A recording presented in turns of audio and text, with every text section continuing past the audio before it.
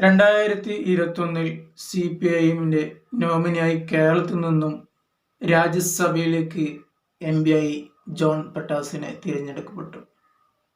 2021 June 8-നാണ് സത്യപ്രതിജ്ഞ ചെയ്തത്. രാജ്യസഭയുടെ അകത്ത് നടക്കുന്ന ഓരോ സ്പീച്ചുകളും എംപിമാരുടെ സ്പീച്ച് നമ്മളെ കണ്ടിട്ടുണ്ടെങ്കിലും ഈ അടുത്ത ആഴ്ച നമ്മൾ ഏറ്റവും ഗംഭീരമായി തീപ്പൊരി പ്രസംഗിക്കുന്ന ജോൺ ബ്രിട്ടാസിന്റെ സ്പീച്ച് ഈ രാജ്യത്തെ ഏറ്റവും കൂടുതൽ അതിഗംഭീരമായി ചർച്ച കേട്ട വിഷയം തന്നെയാണ്. ഒരു സാധാരണക്കാരനോ പറയേണ്ട കാര്യങ്ങളെല്ലാം ഒതുങ്ങിയുള്ള മതത്തിന്റെ ഉള്ളിൽ ഒതുങ്ങി നിൽക്കുന്ന ഒരു സ്പീച്ച് ഏറ്റവും ചർച്ച കേട്ട വിഷയം തന്നെയാണ്. സോഷ്യൽ മീഡിയകളിലും മറ്റുള്ള മീഡിയകളിൽ ഇത് ഏറ്റവും വൈറലായി തന്നെയാണ്. കേരളത്തിൽ അത്ര ഒരു പ്രചാരം നൽകിയില്ല എന്നുകൊണ്ട് ഏതായാലും ഈ MP ജോൺ ബ്രിട്ടാസ് ഏറ്റവും രാജ്യസഭയുടെ അകത്ത് നടക്കുന്ന എംപിമാർക്കും ഇത്തരൊരു സ്പീച്ച് അവതരിപ്പിക്കാനോ അല്ലെങ്കിൽ ഇത്തരൊരു കാര്യം പറയാനോ അത്തരൊരു അറിവില്ലായ്മ തന്നെ ഉണ്ട്. കാരണം അത്ര ആഴത്തിലാണത് പ്രസംഗിച്ചത് ജോൺ ബ്രിട്ടാസിന്റെ സ്പീച്ചുമായുള്ള വ്ളോഗാണ്. My name is Jafar Sharif. Welcome back.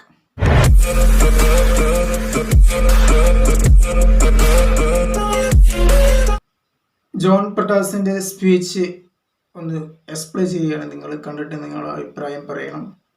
അത് ഇംഗ്ലീഷ് തന്നെയാണ്, എല്ലാവർക്കും അത്യാവശ്യം മനസ്സിലായ രൂപത്തിൽ തന്നെയാണ്.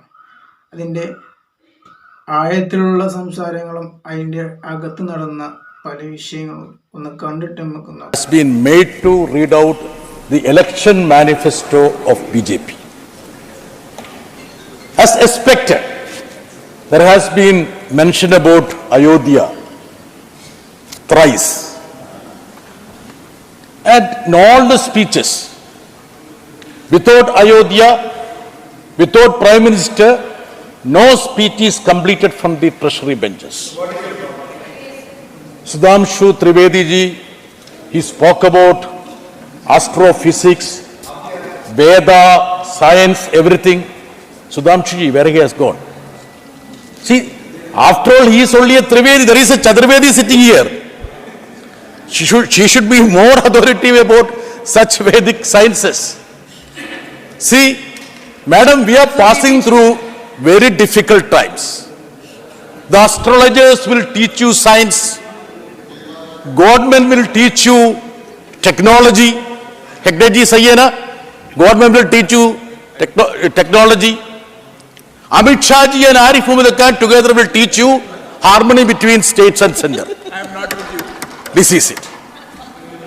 Sir, all of a sudden, BJP has become law abiding. जितना बार बोल रहे सुप्रीम कोर्ट का बारे में, even during the Pran Pratishtha there was a reference to Supreme Court. Are they inflicted with selective amnesia? They are indeed.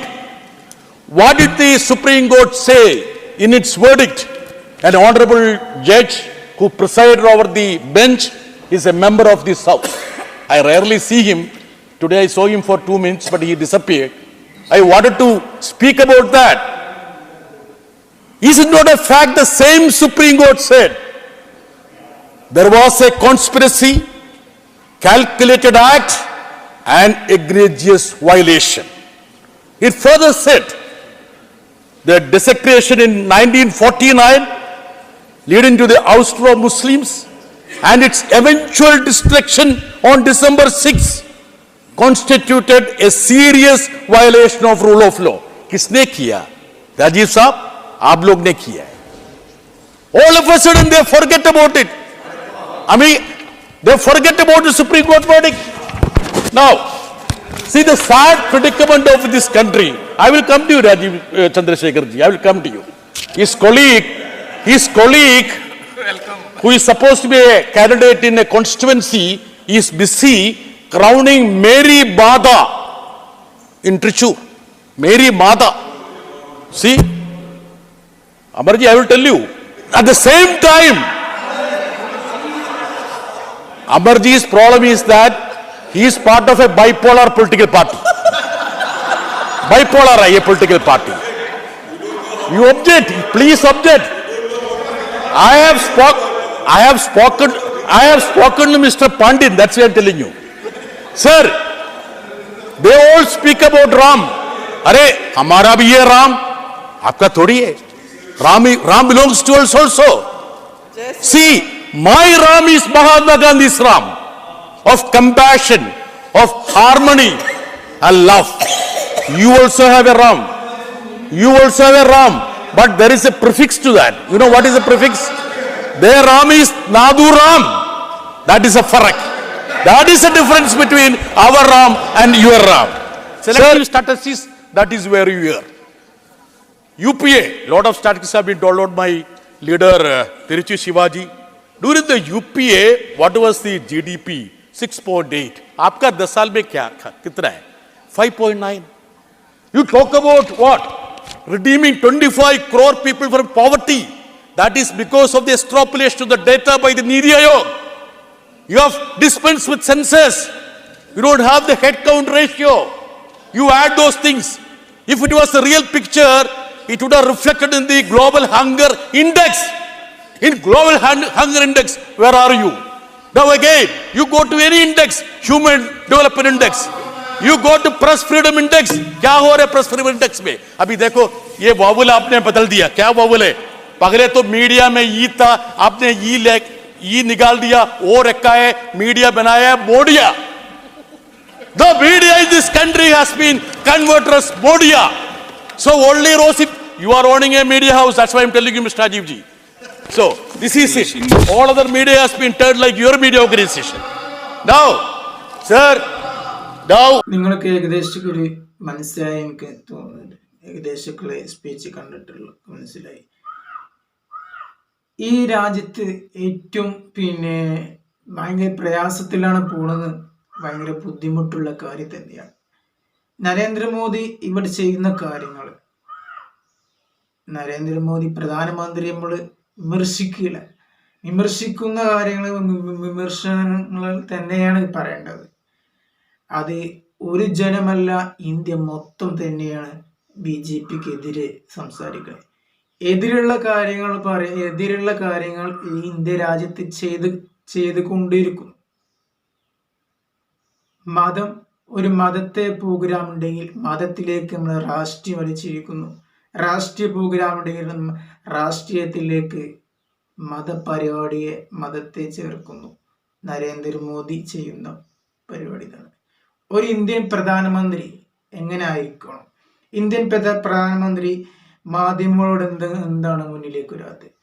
വ്യക്തമായ നിലപാടില്ലാത്ത കൊണ്ടാണ്. വ്യക്തമായൊരു നിലപാടുണ്ട്, പറയാൻ അറിവില്ല. അതാണ് BJPന്റെ ഏറ്റവും തെറ്റ്. ഇന്ത്യൻ ഭരണഘടനയിൽ നിന്നും മുസ്ലിങ്ങളെ മാത്രം ഒഴിവാക്കിയുള്ള പുതിയൊരു ഭരണഘടന വരാൻ പോവുകയാണ്. അപ്പോൾ എന്താണ് ഇതിന്റെ ഏറ്റവും പ്രശ്നം എന്താ വെച്ചാൽ, BJP പറയുന്നത് ഇന്ത്യ 1000 വർഷം യുദ്ധത്തിലാണ്. 1000 വർഷം യുദ്ധത്തിലാണ് എന്ന് പറയുന്നത്. 2024 ഇലക്ഷൻ വരുന്നതോടെ ഭയങ്കര ഘോഷിലാണ്. 2024 വരുന്ന പോലെ ഇവിടെ എന്തോ ഒരു ചേഞ്ച് ഉണ്ടാകുകയാണ്. ഇതൊരു ഭരണമാകോ അത് ജനാധിപത്യം രാജ്യമായി മാറോ എന്ന് ഭയങ്കര സംശയമാണ്. മുസ്ലിങ്ങളെ ഒഴിവാക്കാൻ ഒരിക്കലും കഴിയില്ല. മുസ്ലിം, ഹിന്ദു, ക്രിസ്ത്യാനി എല്ലാം ഒരുമിച്ച് ഈ രാജ്യത്ത് തന്നെയാണ്, അത് ഇന്ത്യ. പക്ഷെ നമ്മളെ ജോൺ പട്ടാസ് സ്പീച്ച് കഴിഞ്ഞ ശേഷം ഒരു അഭിമുഖത്തിൽ നമ്മളെ നെട്ടിക്കുന്ന കാര്യങ്ങൾ പറയുന്നുണ്ട്. ആ വീഡിയോ നിങ്ങൾ കണ്ടു നോക്കൂ. കൃത്യമായും നിങ്ങൾക്ക് ഏറ്റവും മനസ്സിലാവും ഇവിടെ എന്താ നടക്കാൻ പോകുന്നത്. രാജ്യസഭയുടെ അകത്ത് നടന്ന സംഭവങ്ങളും നടന്നുകൊണ്ടിരിക്കുന്ന സംഭവങ്ങളൊക്കെ വളരെ കൃത്യമായിട്ട് ഈ അഭിമുഖത്തിൽ പറയുന്നുണ്ട്.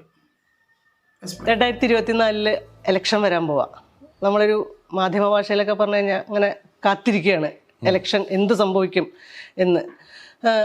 ആ സമയത്താണ് കഴിഞ്ഞ ദിവസം പ്രവീൺ തൊഗാഡിയയുടെ ഒരു വിഷ്വൽ വ്യാപകമായിട്ട് പ്രചരിച്ചിരുന്നു. അത് എവിടെ എന്താണെന്നുള്ളതിനെ പറ്റി ധാരണയില്ല. പക്ഷെ പറഞ്ഞത് ഇത്രയാണ്: മുസ്ലിങ്ങളെ മുഴുവൻ ഭരണഘടനയിൽ നിന്ന് ഒഴിവാക്കിക്കൊണ്ടുള്ളൊരു ഭരണഘടന പുതിയതായിട്ട് ഉണ്ടാക്കും എന്ന് പറയുന്നു. ഭരണഘടനാ പദവിയിലിരിക്കുന്ന, അതായത് ജഡ്ജിമാർ തൊട്ടിട്ട് മന്ത്രിമാർ, അങ്ങനെയുള്ള എല്ലാ തരം ഭരണഘടനാ പദവി വഹിക്കുന്നവരെയും ഒഴിവാക്കിക്കൊണ്ടുള്ളൊരു ഭരണഘടന എന്ന് പറയുന്നു. ഇത് ഒരു ഇലക്ഷന് മുന്നിൽ കണ്ട് നിൽക്കുന്ന ഒരു സമയത്ത് ഒരുപാട് ഇത്തരം സംഭാഷണങ്ങളുടെ തുടർച്ച വരുന്നുണ്ട്. ലേറ്റസ്റ്റ് ആണിത്. എന്ത് തോന്നുന്നു? അല്ല, എനിക്കതിലൊരു അത്ഭുതമില്ല. എന്താ കാരണം വെച്ചാൽ 2024 ക്രൂഷ്യലാണെന്ന് ഞാനോ അല്ലെങ്കിൽ എൻ്റെ ഒരു ആശയം പിന്തുടരുന്നവരോ മാത്രമല്ല പറയുന്നത്. അത് ഇന്നത്തെ ഗവൺമെൻറ്റിൻ്റെ വക്താക്കളും പറയുന്നൊരു കാര്യമാണ്. 2024 ഭയങ്കര ക്രൂഷ്യലാണ്. അത് ക്രൂഷ്യലാണെന്ന് പറയാൻ കാരണം എന്ന് വെച്ചാൽ ഇപ്പോൾ പരുവപ്പെടുത്തിയിരിക്കുന്ന ഒരു പ്രത്യേക അന്തരീക്ഷമുണ്ട്. ആ അന്തരീക്ഷത്തെ കുറേയും കൂടി കൺസോൾട്ടേറ്റ് ചെയ്യാനുള്ള ഒരു വഴിയായിട്ടാണ് 2024 RSS കാണുന്നത്. ഇപ്പോൾ RSSൻ്റെ ആചാര്യൻ്റെ ഒരു അഭിമുഖം ഇപ്പോൾ വന്നു. RSS പ്രസിദ്ധീകരണം കൊടുത്തിട്ടുള്ളൊരു അഭിമുഖമാണ്. അതിൽ കൃത്യമായൊരു കാര്യം പറയുന്നുണ്ട്. ഇന്ത്യ 1000 വർഷമായിട്ട് യുദ്ധത്തിലാണെന്നാണ്. India is in war. ആരുമായിട്ട് 1000 വർഷമായിട്ട്. അപ്പം എല്ലാ എന്താ പറയുക പരുവപ്പെടുത്തലും പൂർത്തിയായി 2024 പോകുമ്പോൾ അതിൻ്റെ ഭാഗമായി ഇന്ത്യൻ ഭരണഘടനയിൽ ചെയ്യേണ്ട അല്ലെങ്കിൽ ഇന്ത്യയുടെ ഭരണനിർവഹണത്തിൽ ചെയ്യേണ്ട കാര്യങ്ങളെക്കുറിച്ചൊരു വ്യക്തതയും സ്പഷ്ടതയും അവർക്കുണ്ട് എന്നുള്ളതിന് തെളിവാണ് ഇത്തരത്തിലുള്ള പ്രഖ്യാപനങ്ങൾ. അതുകൊണ്ട് 2024 എന്ന് പറയുന്നത് വലിയ ക്രൂഷ്യലാണ്. ഇന്ത്യ എന്നുള്ള രാജ്യം ഇതുപോലെ നിലനിൽക്കുമോ അതെയോ മറ്റൊന്നായി മാറുമോ എന്ന് തീരുമാനിക്കുന്ന ഒരു തെരഞ്ഞെടുപ്പായിട്ടാണ് 2024 ഞാൻ കാണുന്നത്. ഇന്ത്യൻ പാർലമെന്റിൽ ഒരു അടിയന്തര പ്രമേയം പറയാനോ പ്രമേയം തള്ളിക്കളഞ്ഞോട്ടെ അത് പറയാനോടി അനുവദിക്കുന്നില്ല എന്നതാണ് വസ്തുത രാജ്യസഭയുടെ അകത്ത്. എന്നാൽ കേരളത്തിലെ പാർലമെന്റിൽ അടിയന്തര പ്രമേയം പറയാനും തള്ളിക്കളഞ്ഞാലും പക്ഷെ പറയാൻ അനുവദിക്കുന്നുണ്ട്. ഇന്ത്യൻ പാർലമെന്റിൽ ഒരുപാട് മാറ്റങ്ങൾ വന്നുകൊണ്ടിരിക്കണം. ഒരുപാട് മാറ്റങ്ങൾ വന്നു. പാർലമെന്റ് നരേന്ദ്രമോദിക്ക് ഉണ്ടാക്കാനാണ് കഴിയുന്നത്. പക്ഷെ അതിൻ്റെ ഉള്ളിലുള്ള പ്രവർത്തന രീതികളൊന്നും ചെയ്യാൻ നരേന്ദ്രമോദിക്ക് കഴിയുന്നില്ല. ഈ രാജ്യസഭയുടെ അകത്ത് ഒരു MP-മാർ ഉള്ള സമയത്ത് അമിത്ഷയും പിന്നെ നരേന്ദ്രമോദിയും രാജ്യസഭയുടെ അകത്ത് വരുന്ന സമയത്തും ഇവരുള്ള MP-മാരുള്ള മുഖഭാവവും ഭയവും ഭയങ്കര പേടിയുമാണ്. പേടിയിൽ ഭയങ്കര ഭയമാണ് എല്ലാവർക്കും. നേർക്ക് സംസാരിക്കാനോ ഉള്ള കാര്യം കൃത്യമായി പറയാനോ MP-മാർക്ക് കഴിയുന്നില്ല എന്നതാണ് വസ്തുത. ജോൺ ബ്രിട്ടാസ് ഒരു അഭിമുഖത്തിൽ പറയുന്നത്, ഞാൻ ഈ പാർലമെൻറ്റിൻ്റെ പ്രസ് ഗാലറിയിൽ എത്രയോ വർഷം ഇരുന്നിട്ടുള്ളതാണ്. അപ്പോൾ പാർലമെൻറ്റിൽ വന്നിട്ടുള്ള മാറ്റം എനിക്ക് തോന്നുന്നു പാർലമെൻറ്റിൽ ഇപ്പോഴുള്ള ദീർഘകാലമായിട്ട് MP ആയിരുന്ന ആൾക്കാരെക്കാളും കൂടുതൽ മനസ്സിലാവുന്ന ഒരാളാണ് ഞാൻ. അപ്പോൾ യഥാർത്ഥത്തിൽ ഇന്ത്യ എത്രത്തോളം മാറി, നമ്മുടെ മനസ്സിലുണ്ടായിരുന്ന ഇന്ത്യ എന്നുള്ള ആശയം എത്ര കണ്ട് മാറിപ്പോയി എന്നുള്ളതിൻ്റെ തെളിവാണ് നമ്മുടെ പാർലമെൻറ്റിനെ മാത്രം ഒരു സ്പെസിമനായി എടുത്തിട്ട് ആ ചർച്ചകളെ മാത്രം ഒന്ന് ഡിസെക്റ്റ് ചെയ്താൽ അത് മനസ്സിലാവും. ഇപ്പോൾ ഉദാഹരണം പറഞ്ഞാൽ ഇന്ത്യൻ പാർലമെൻറ്റിൻ്റെ ഉള്ളിൽ അർത്ഥവത്തായിട്ടുള്ള ചർച്ചകളുടെ സാന്നിധ്യം തന്നെ, അതിൻ്റെ ഒരു പോസിബിലിറ്റി തന്നെ കംപ്ലീറ്റ് റോഡ് ചെയ്യപ്പെട്ടിരിക്കുകയാണ്. ഇപ്പം നമ്മുടെ കേരള നിയമസഭയിൽ സമ്മേളനം തുടങ്ങുമ്പോൾ തന്നെ എല്ലാ ദിവസവും ഒരു അടിയന്തര പ്രമേയമുണ്ട്. ഒരു വാക്കൗട്ട്, ഒരു സംഭവം. ഇന്ത്യൻ പാർലമെന്റിൽ അടിയന്തര പ്രമേയം തന്നെ അനുവദിക്കാറില്ല. അടിയന്തര പ്രമേയത്തിന് മുകളിൽ ഒരാൾക്ക് സംസാരിക്കാനുള്ള അനുവാദം പോലും ഇല്ല. ഇങ്ങനൊരു പ്രമേയം ഞാൻ അവതരിപ്പിച്ചിട്ടുണ്ട്, ഈ പ്രമേയത്തിൻ്റെ ഇതാണ്, കാമ്പും കഴമ്പും ഇതാണ് എന്ന് പറഞ്ഞ് സംസാരിക്കാൻ പോലും ഭീതിയുടെ ഒരു അന്തരീക്ഷമാണ്. പാർലമെന്റിന്റെ ഉള്ളിലിരിക്കുന്ന ഒരാൾ നാളെ ജയിലിലായിരിക്കും ഉള്ളത്. ഉദാഹരണം പറഞ്ഞാൽ ശിവസേനയുടെ ഭാഗത്ത് നിന്ന് ഏറ്റവും കൂടുതൽ പോരാടിയിട്ടുള്ള ഒരു MP അടുത്ത സെഷനിൽ ആ MP ഇല്ല. എന്താ കാരണം? ആ MP പിടിച്ച് അകത്താക്കി. ഇങ്ങനെ ഈ രീതിയിലേക്ക് പാർലമെന്റിനെ പോലും ഭയപ്പെടുത്തി, അംഗങ്ങളെ പോലും ഭയപ്പെടുത്തി. ഇപ്പം പ്രധാനമന്ത്രിക്കെതിരെ എഴുന്നേറ്റ് നിന്ന് സംസാരിക്കാൻ പോലും പ്രതിപക്ഷത്ത് നിന്ന് ആൾക്കാർ മടിക്കുകയാണ്. ഭയം പറ്റില്ല. അത് തള്ളിക്കളയുന്നതിന് മുമ്പുള്ള ഒരു ആമുഖ പ്രതിപാദനത്തിന് പോലും ഒരു സ്കോപ്പ് ഇന്ത്യൻ പാർലമെന്റ് നൽകുന്നില്ല എന്നുള്ളതാണ് ഏറ്റവും വലിയ ദുരന്തം. അപ്പം ഇപ്പോൾ കേരളത്തിൻ്റെ ഒരു പ്രത്യേക പരിപ്രേക്ഷ്യത്തിൽ കോൺഗ്രസിനെ എതിർക്കുന്ന ഒരു രാഷ്ട്രീയധാരയിൽപ്പെട്ട ഒരാളാണ്. അതെ, അതിന് തർക്കമൊന്നുമില്ല. പക്ഷേ എങ്കിൽ പോലും അടുത്ത ശ്വാസത്തിൽ ഞാൻ പറയും, കോൺഗ്രസ് എന്നുള്ള ഒരു രാഷ്ട്രീയ പ്രസ്ഥാനം ഇന്ത്യയിൽ നിലനിൽക്കേണ്ടതും ഇന്നത്തെ പ്രതിസന്ധി അതിജീവിക്കേണ്ടതും അനിവാര്യമാണെന്ന് പറയുന്ന ഒരാളാണ്. അതിനകത്ത് തർക്കമില്ല. ഇതൊന്നും ഒരു പ്രത്യേകിച്ച് എന്തെങ്കിലും ഒരു കാപട്യത്തിൽ നിന്നുള്ളൊരു പ്രസ്താവനയല്ല, എൻ്റെ സത്യസന്ധമായിട്ടുള്ളൊരു നിരീക്ഷണമാണ്. ഇപ്പോൾ ഈ ഭാരത് ജോഡോയെ സംബന്ധിച്ച് ഞാൻ ആദ്യം കുറച്ച് വിമർശനം ഉന്നയിച്ചിരുന്നു. എന്ന കാരണത്തിൽ അവരുടെ ഫോക്കസ് പലപ്പോഴും പ്രത്യേകിച്ച് കേരളത്തിൻ്റെ ഒരു ആവശ്യമില്ല, എന്നാൽ കേരളത്തിൽ BJP നേരിടേണ്ട ഒരു ആവശ്യമില്ല എന്ന് പറയും. പക്ഷേ ബൈ ആൻഡ് ലാർജ് അങ്ങനെ ഒരു എക്സർസൈസ് രാഹുൽ ഗാന്ധി നടത്തിയത് സ്വാഗതാർഹമാണെന്ന് വിശ്വസിക്കുന്ന ആളാണ് ഞാൻ. പക്ഷേ അപ്പോൾ പോലും എന്നെ വിഷമിപ്പിക്കുന്നൊരു കാര്യമുണ്ട്. ഇവരുടെ ഈ ഡിസ്കോഴ്സ് മുഴുവൻ എന്താ പറയുക, ഒരു ഇമിറ്റേഷൻ ഗോൾഡായി പോകുന്നുണ്ടോ എന്നൊരു സംശയം. എന്താ കാരണം വെച്ചാൽ BJPക്ക് കൗണ്ടർ എന്ന് പറയുന്നത് ഒരു എന്താ പറയുക സ്ഫടികം പോലുള്ള മതനിരപേക്ഷതയല്ല, ഒരു ക്ലാവ് പിടിച്ച ഒരു ഹിന്ദുത്വയാണെന്നുള്ളൊരു തോന്നൽ അവർ സൃഷ്ടിക്കുന്നുണ്ടോ എന്നുള്ളൊരു ആശങ്കയുണ്ട്. പക്ഷെ അത് ഞാൻ അവരുമായിട്ട് അവരുടെ നേതൃത്വമൊക്കെ ആയിട്ട് സംസാരിക്കാറുണ്ട്.